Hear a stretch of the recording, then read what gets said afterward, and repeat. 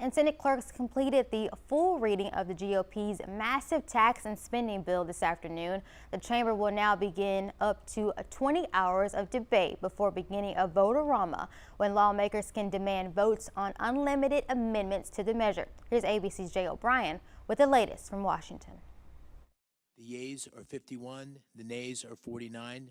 The motion is agreed to. President Trump's so-called one big beautiful bill clearing its first Senate procedural hurdle by a razor-thin margin. The president calling the vote a great victory. In its current form, the legislation cuts taxes by $4 trillion, making the president's 2017 tax cuts permanent, and includes campaign promises like no tax on tips and overtime.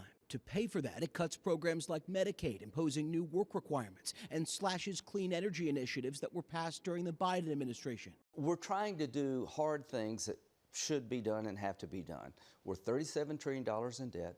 Medicaid has grown 50% in 5 years. It's about to take over Medicare. Senate Majority Leader John Thune only able to lose 3 Republican votes on last night's crucial hurdle, losing 2 Senators Rand Paul of Kentucky and Tom Tillis of North Carolina. Trump then lashing out at Tillis in a lengthy post, signaling he may support primary challengers against the senator. And late today, in a stunning announcement, Tillis saying he won't seek a 3rd term next year. Every Senate Democrat opposing the bill. Democratic Senator Chris Murphy telling NBC. The Congressional Budget Office, nonpartisan, says it's going to kick between 10 and 15 million people off their health care. And for what?